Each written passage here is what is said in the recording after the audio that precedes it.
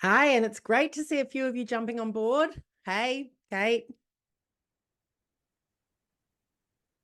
Hey, Maddie. Lynn. I'm not going to say hello to all of you as you jump on, but it's great to see you. First, let me. um, no, brilliant.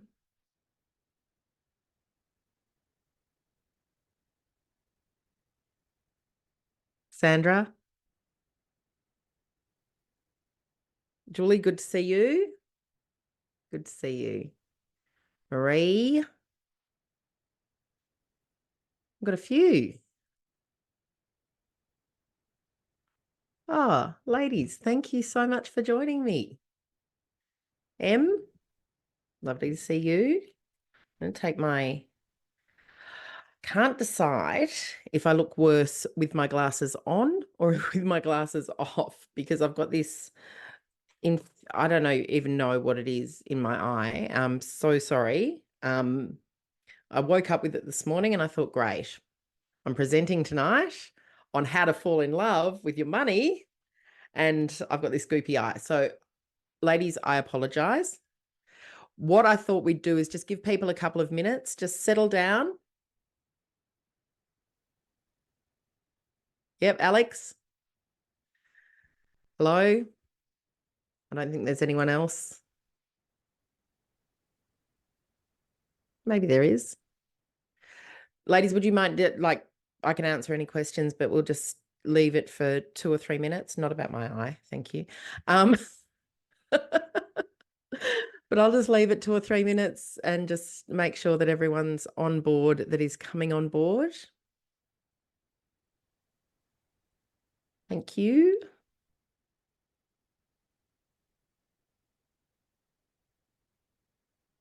Feeling a bit directionless. And then I'm going to play around with slides or not, because I just think it's a nice way to do things. So let's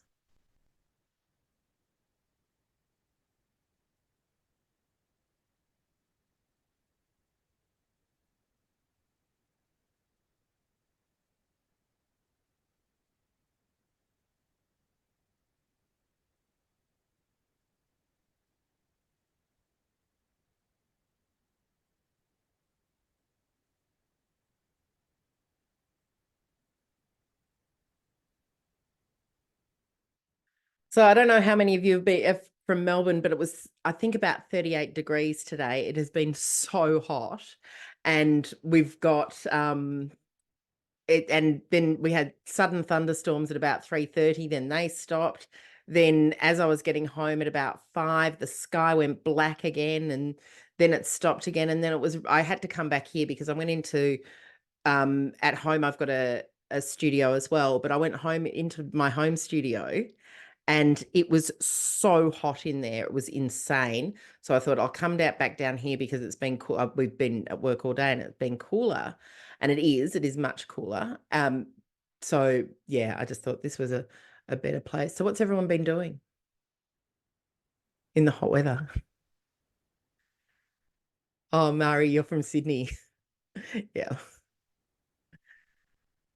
And Grace is from Perth, so it's always hot there. My sister's there. Yeah, okay. So let's get started, ladies. And I will talk to you from the start how to fall in love with your money.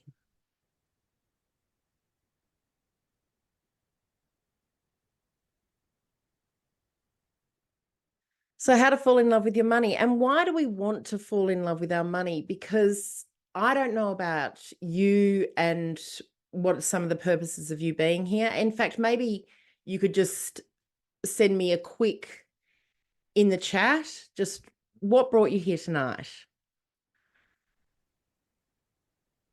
Better with money? Change? Never have enough money?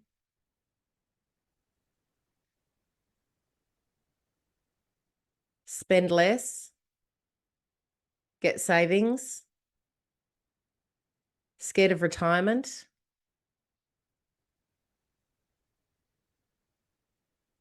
You can all see the chat. I'll download the chat for you. Obviously keeping you guys very anonymous for this presentation. So again, thank you for being here. First names only, and absolute really appreciate you all joining in and being part of this. So the things that brought you here tonight were the things that actually started my happy money journey. Was that I was scared, I was afraid, I didn't know where I was going. And what had happened to me, I don't know if you've listened to the podcast or you've read the book, but basically what had happened to me is I'd been in a business partnership. In that business partnership, we had an absolute separation agreement as part of our overall partnership agreement. And the person I was in partnership with just decided that they didn't feel like sticking to it. So when I tried to exit the business, I ended up in litigation for ages.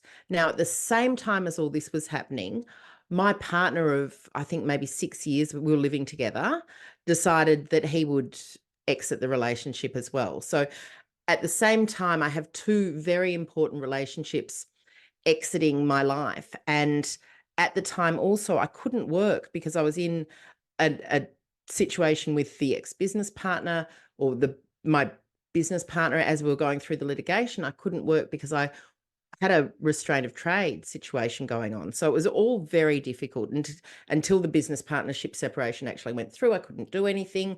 I'd been paying for my life partner's car because he had a work car. I was paying for his car. I was paying for all sorts of things. In fact, I was probably paying the bulk of the bills in that situation. And all of a sudden, I had no savings because I was spending it all on lawyers, and I had nothing. And I was really frightened. And it was extraordinary. I had a $30,000 or $35,000 credit card debt. I was renting because we'd moved to a bigger house so that we could rent together. All of these things. And I was falling way out of love with money. I was falling out of love with love. I was falling out of love with business. And I was certainly falling out of love with money. And what I had to do, because I had to keep working and I didn't want to go back to being employed anymore. So I had to keep working for myself. And at the minute that business partnership shut down, I started Clover Financial, which, as you may or may not know, is an award-winning mortgage broking company that I've run for 17 years. I have a financial planning background, but I didn't actually continue with the financial planning business because after because a few years ago, basically what happened was that all the legislation around financial planning changed. It became a lot more expensive to practice as a financial planner, and I just didn't want to do it anymore. It wasn't satisfying me because the only people that could use the financial planners were the people with a lot of money. And the people that I want to help are the people that are saying things like you're saying in the chat. The reason that you are here tonight is because you want to get better with money. The reason that you're here tonight is because you're scared of retirement. The reason that you're here tonight are all the reasons that I started my happy money journey. And they're all the reasons that I want you to be on yours. So how do we then fall in love with money? Well, the first question I need to ask you is, and you'll know this if you've ever been dating, and I have been on some dreadful dates after my partner and I split up. So how are you showing up? How are you showing up for your money? Back in the very olden days, and I know that by the looks of you, most of you ladies will remember this, we used to carry around notes and coins. And but what I mean by how you're showing up is how do you present with your money? And think back to the notes and coins days. Do you keep all your notes in nice order? Is everything really sensible? Or do you have, little screwed up bits of money here and there, and things are just a little bit all over the place? They're a bit of chaos. They're a bit of confusion. Are you showing up, dressed to the nines and ready for romance? Or are you showing up in your trackies and feeling a bit scruffy and tired? What is going on when you're dealing with your money? And when you look at your bank accounts, is everything in order, or do you slide around to overdrawn sometimes? Are you sometimes transferring money into credit cards and then out again? Are you a mess? Are you showing up as a mess, or are you showing up as someone who is primed and ready to go? Because that, my lovely ladies, can be the biggest difference. It can really, the way you show up for yourself, the way you show up for your money, the way you show up in all sorts of parts of your life really does make a huge difference. And it all comes down to, what do you value in what you're doing? What is important to you? And how much effort and energy and time are you putting into what you value? The things that really light you up. Because let me tell you, and this is my favorite slide, self-care isn't selfish. You looking after yourself is not selfish. You looking after yourself first, you showing up for yourself, you being a part of yourself and looking after yourself is not in any way selfish. So how you show up for yourself, and then what's your type? And by what's your type, I mean, what's your money type? So I'm going to give you a couple of examples, and I want you to tell me in the chat which one you identify most with. So I'm going to talk about the hoarder, the person that has to keep all of her money really close to her. She's hoarding it all. She's making sure that she knows where every cent is. She is not letting go of that money. There is no joy. She is not letting go of that money. She knows exactly where it is, just in case something happens in the future. And then there's the spender. She's throwing it all away. As soon as she gets some, she's lost it again. She's giving it away. She's getting rid of it. She's buying stuff that she doesn't need. She's just spending, spending, spending, spending. The next one is a combo of both. I call her the yo-yo. So she goes back and forth, and she really does go through peaks and troughs of spending and saving.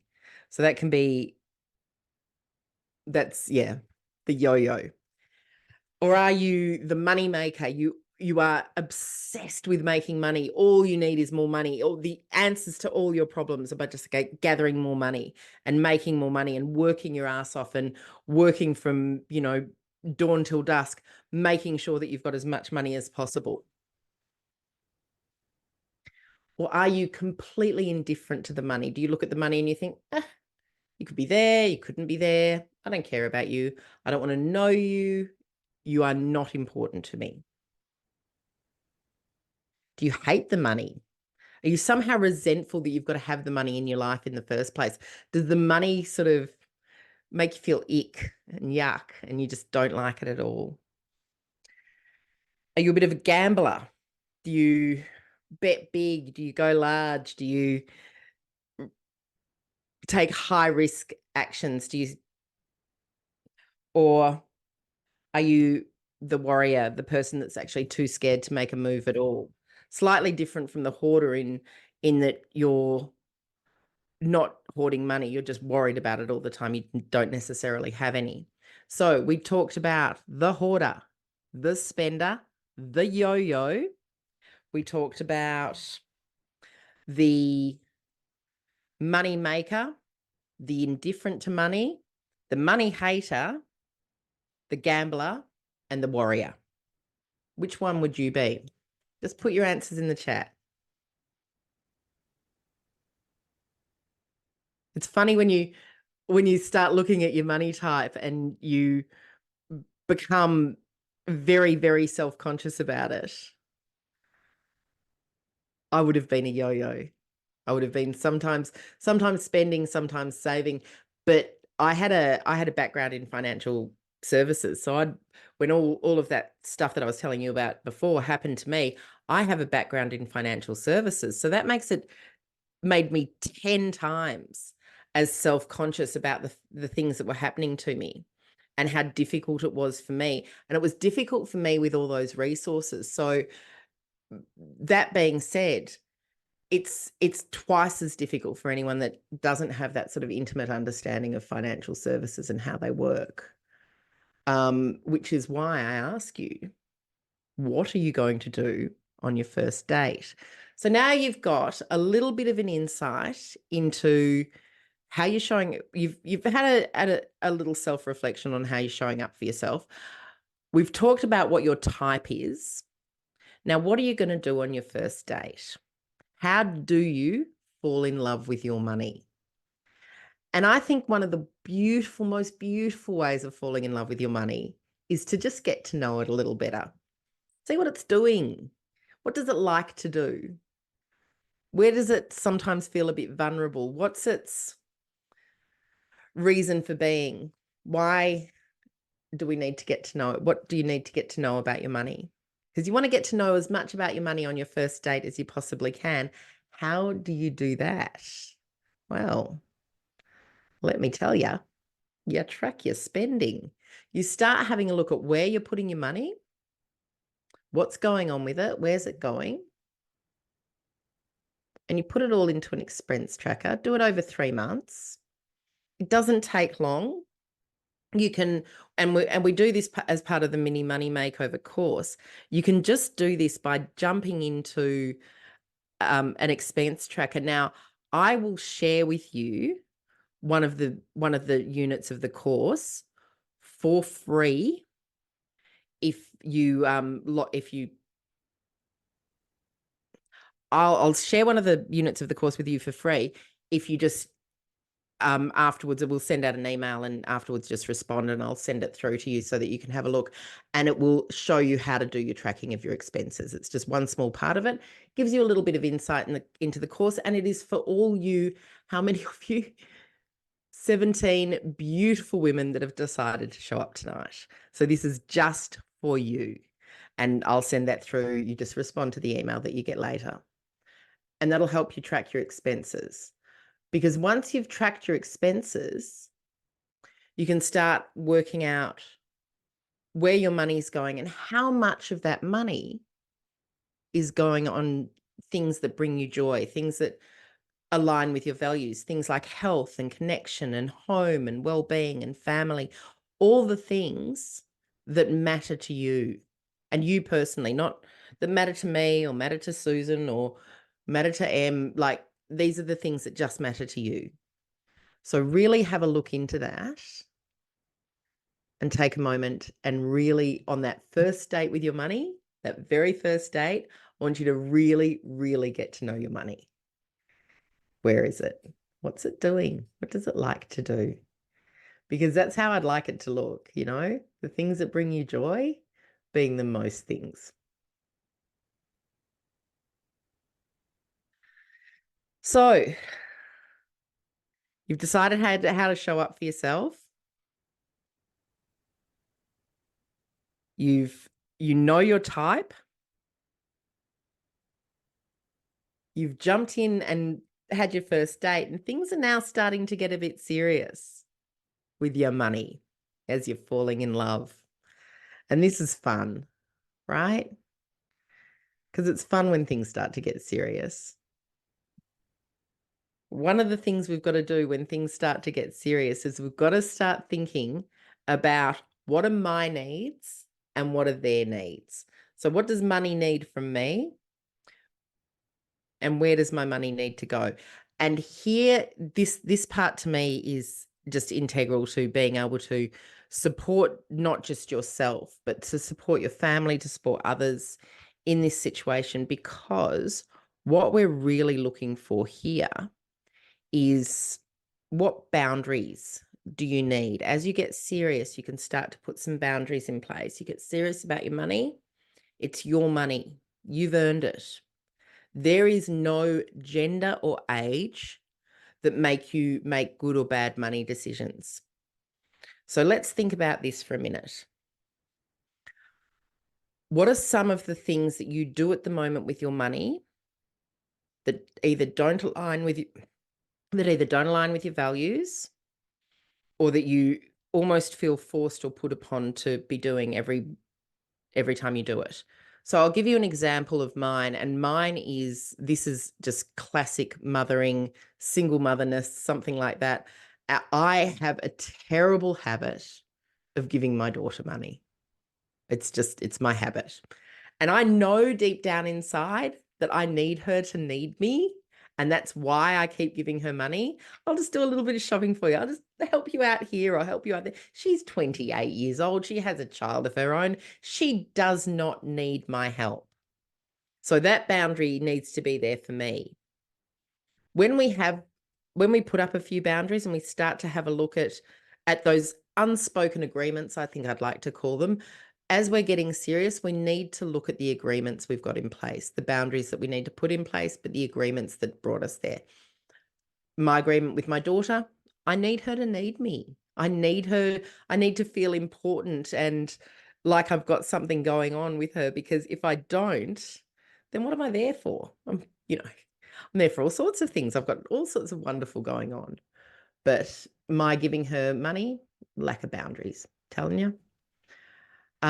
So what are some of the things that you need to say no to in your life? Could be saying no to going to a shopping center because every time you go to the shopping center, you overspend massively. Could be saying no to going out with a specific group of friends because they just spend too much and you can't keep up and you don't enjoy yourself. Like if you enjoy yourself, cool, go out there, spend too much money. That's the whole value, the whole falling in love with your money is about the amount of joy it brings you. What are the things that you're doing with money at the moment that are not bringing you joy, that you might be doing because you're in a silent, unspoken agreement with someone? So your agreement with someone might be that, every time you go out, you shout them lunch. What are some of the things that you need to say no to? Uh, um, yes, husband's footy club, kids, kids, kids at Kmart, kids, kids. I see a bit of a theme here. It's good to see I'm not an island.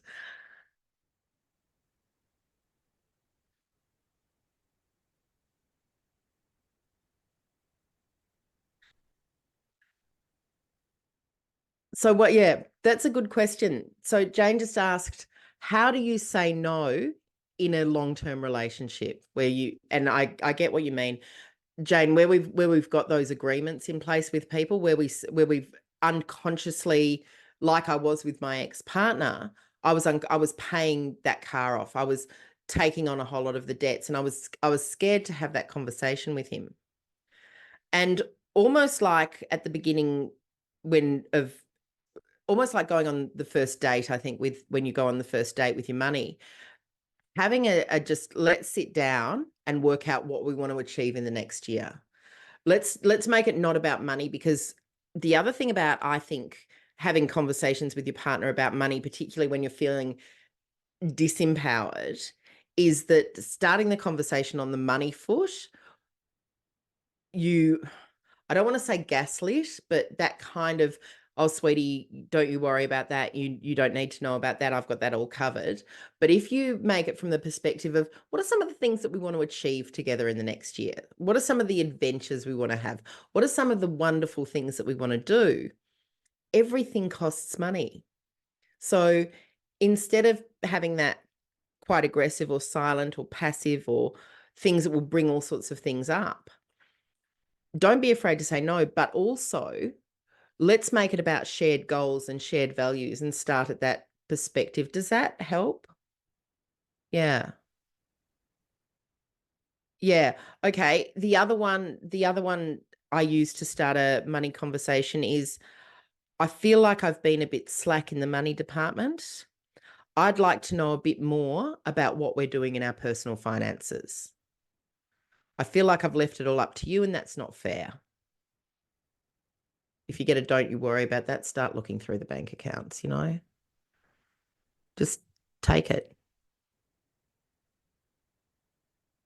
Yeah. Okay. I, all right. I want to answer that question. And the question is, what if every time we talk about money, we have a fight? I want to answer that question. I just want to answer the question from just by circling back to that original conversation, just don't talk about money. Talk about shared goals. Talk about next adventures. Talk about what we're doing on the weekend, but don't make the conversation about money, because my thoughts around that are that you've got your money story, but they've got their money story as well. And their money story and your money story aren't aligning. And you can get to the bottom of that by having very small, simple conversations over a long period of time. What were your parents like about money? What do you need to do about money?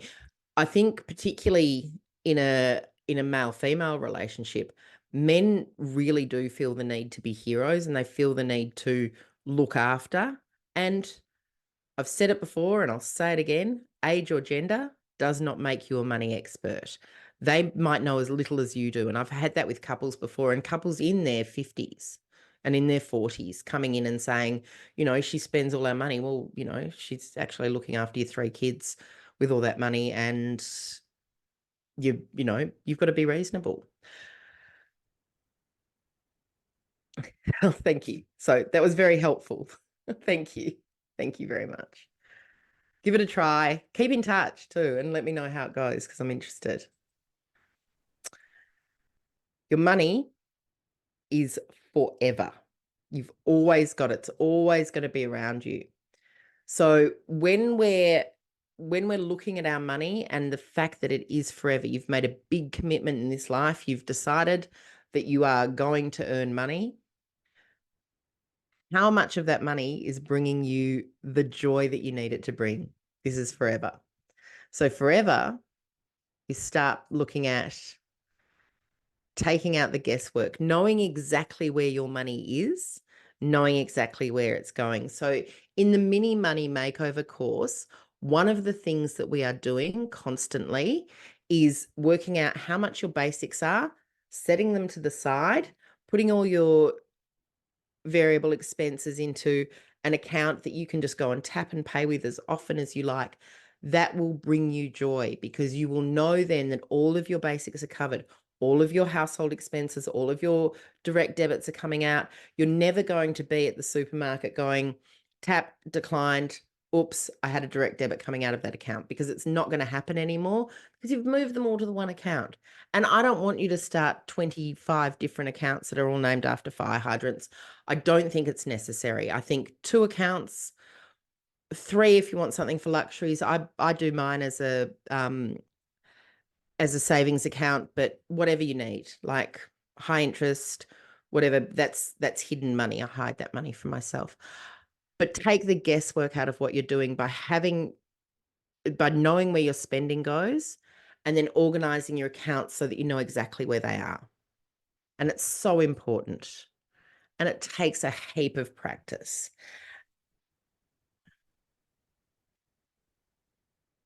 And one of those practices has to be practicing gratitude. Taking a moment to look around us and just thinking of all the amazing things that you've got already, the amazing position that you're in. This is forever. Getting away from a mindset of scarcity and lack and getting toward a mindset of joy and abundance is as simple as practicing gratitude. I cannot tell you, ladies, it's just that. And it is exactly what we're going to show you in the mini money makeover.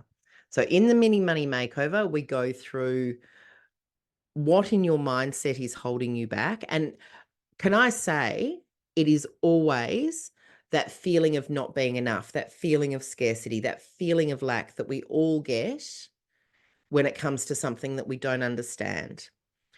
And because we don't understand it, because we're made to feel foolish about not understanding it, the rest of the mini money makeover is all about getting you on top of your spending. So going on that first date and really digging deep into your spending, it sets you up. So we get all your financial paperwork set up, but we also get all your bank accounts set up, and it sets you up, and then you're done.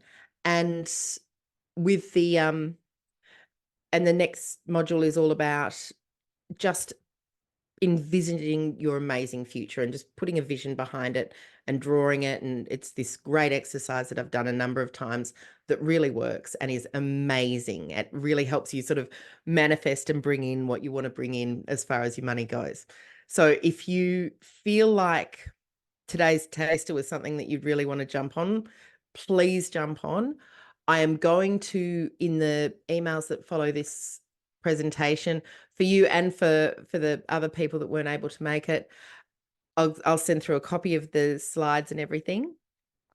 And I will also send through a link to the and I'll also send through a link to the tracker so that you can actually learn how to track your expenses, and you can start using that or doing that.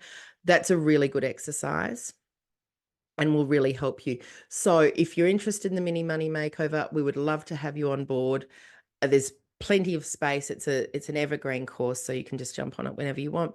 But when you jump onto it, also jump into the Happy Honeys if you're not already in there, and we'll be doing fortnightly Q&As in there for the people going through the mini money makeover. So have a look at the stuff that we're going to send you. I hope you enjoy it. Before we leave, ladies, can I have one thing that you're going to take away from tonight?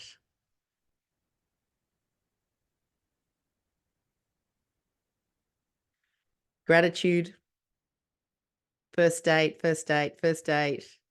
I love first date. Type.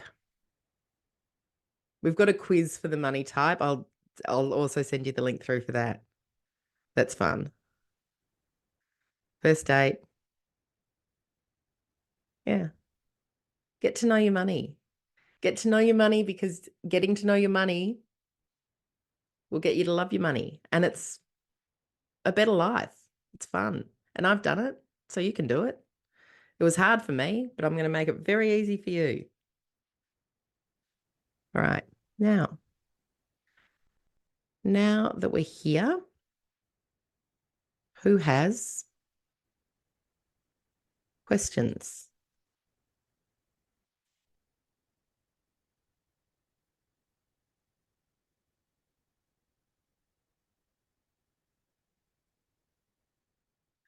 Jane, I sort of believe in affirmations. The question, I have to read it out for the recording. The question is, do you use affirmations to attract money? And look, I sort of believe in affirmations. I definitely believe in a positive mindset. I think that is absolutely the most important part of my money practice. I know when I get into that sense of scarcity and lack and not being enough, that things don't go well for me. And I know that when I do that, when I'm in that space, the very simple practice gratitude pulls me out of it almost immediately. So what I do when I'm in that scarcity, lack, everything's shit space is I very consciously every morning and every afternoon, 3 things I'm grateful for when I'm walking out the door in the morning, and in the afternoon, 3 good things that happened. You can always find 3. And it can be as simple as I walked to work and smelt the eucalyptus. I went for a walk in the park with my team and someone told a silly joke. So anything that just brings you that little hit of joy. Money can't buy you happiness, but knowing how to use it, it makes it a lot easier to live your richest and your best life. And that's not saying that even I don't even I get into that scarcity and lack feeling, but affirmations on their own, I don't work for me. They may work for other people. I certainly listen to a lot of, law of attraction and all that sort of stuff. To me, I need the practical knowledge behind it. I need to be able to know what to do with my money. I think there's a lot of talk about the people, for instance, that win Tats Lotto and end up with nothing and all that sort of stuff. I don't, yeah, I don't sort of subscribe to that kind of thing. I think that, yeah, we can learn how to use our money and we can use it really well. Any more questions? One thing that I did that I regret. I've got lots of things that I did that I regret with money. I've invested in businesses that didn't work. I've done all sorts of, yeah, silly things. And I do regret them, but I also think that when they happen, they also teach me a lesson. So I can, very much say that there were many times that I should have, done more due diligence on an investment, or I should have, I, look, I've owned a racehorse. It's ridiculous. Not a very good one, and certainly not a very expensive one. But yeah, it just ended up with no money. So I don't think any of them are the worst money decisions that I've ever made, but I certainly could have made better money decisions, particularly early on. Actually, you know what? I'm going to answer that question again. The worst money decision I ever made was to not speak to my former partner about money, because I found in the end that he actually wasn't being very truthful with me. He'd told me that there was a whole lot of child support going out. He'd told me all this stuff about or what all his bills were and everything like that. I was paying his car loan and he left with the car. Like, that's dumb. And I'd say I've spoken to other women, and they would say something similar, that there's that you don't we walk away for a peaceful life, and I probably wouldn't do that in the future. I'd probably stay and argue a little bit longer.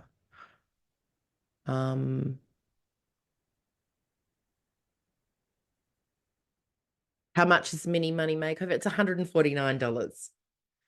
It is $149, and it comes with two bonuses that you can get. One is called debt destruction. It's about how to get rid of your credit card debt. And the other one is the 30-day or 28-day, we kept changing it, sorry. The 30-day spend cleanse, which is exactly what it says. It's like a juice cleanse for your money. It's quite an amazing thing to do, and we've done it more than once, and it's worked out really well.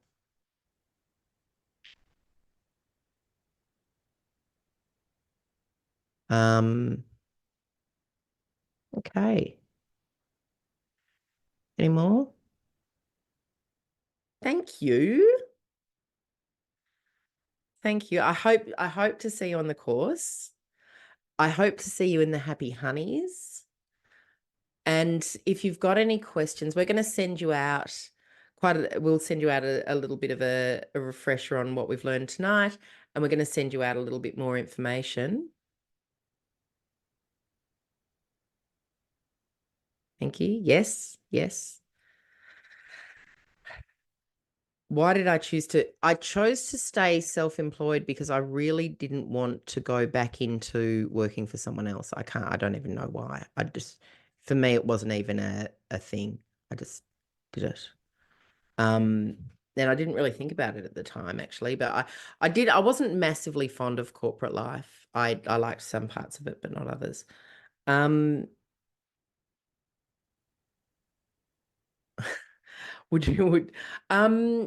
I would recommend. Okay, so sorry. The question is, would you stay in a relationship where you are always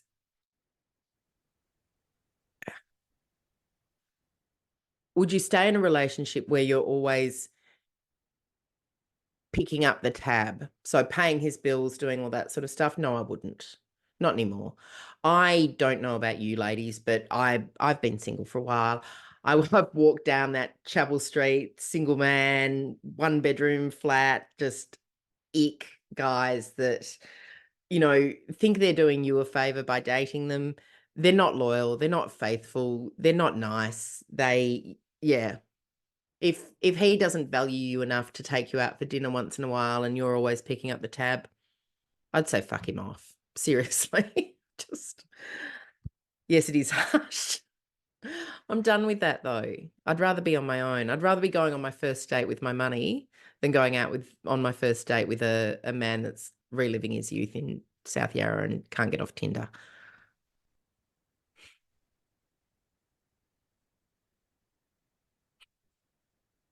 Yes. It is hard to find someone, but you don't have to be with a guy like that. You don't have to be paying for him to go out. He's probably not that interested in going out anyway. Um, yeah. So a couple of others have joined the discussion.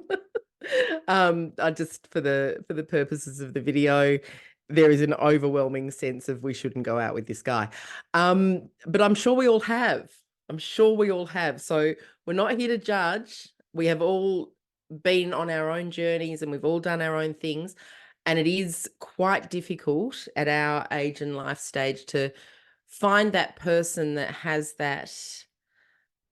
um that right kind of thing. So when we're falling in love with our money, the first thing we spoke about was how do you show up for yourself? And how you show up for yourself is how you are seen by others as well. So how you show up for your money, if you're all, like I said, if you're all scruffy and you're not looking after yourself and you're not being good to yourself and you're not bringing yourself joy, then it's very hard to bring joy to others. If you're feeling scarcity, lack, if you're feeling like things just aren't working out for you, it is very hard to bring that joy to others. So worth thinking about. All right. Any more? I think you're all amazing. I think you're all amazing for just taking this step and jumping onto a Zoom. Thank you so much. Happy Galentine's Day. Galentine's Day, I'm told by my team, is the Valentine's Day that celebrates girl friendships, and I've got a lot of wonderful women in my life, and I'm sure you do in yours. Has been magnificent to see you. Thank you all so much for turning up. And I really, really look forward to, and look, jump on the mini money makeover. If that's not for you, if that's too basic for you, if that's not where your head's at, we've got more offerings coming all the time. We've got more offerings for self-employed. We've got more offerings for non-self-employed. Come and listen to the podcast, jump into the Facebook group. We just want you in our community because you are such wonderful and beautiful women. Thank you so much again. And sorry about my eye.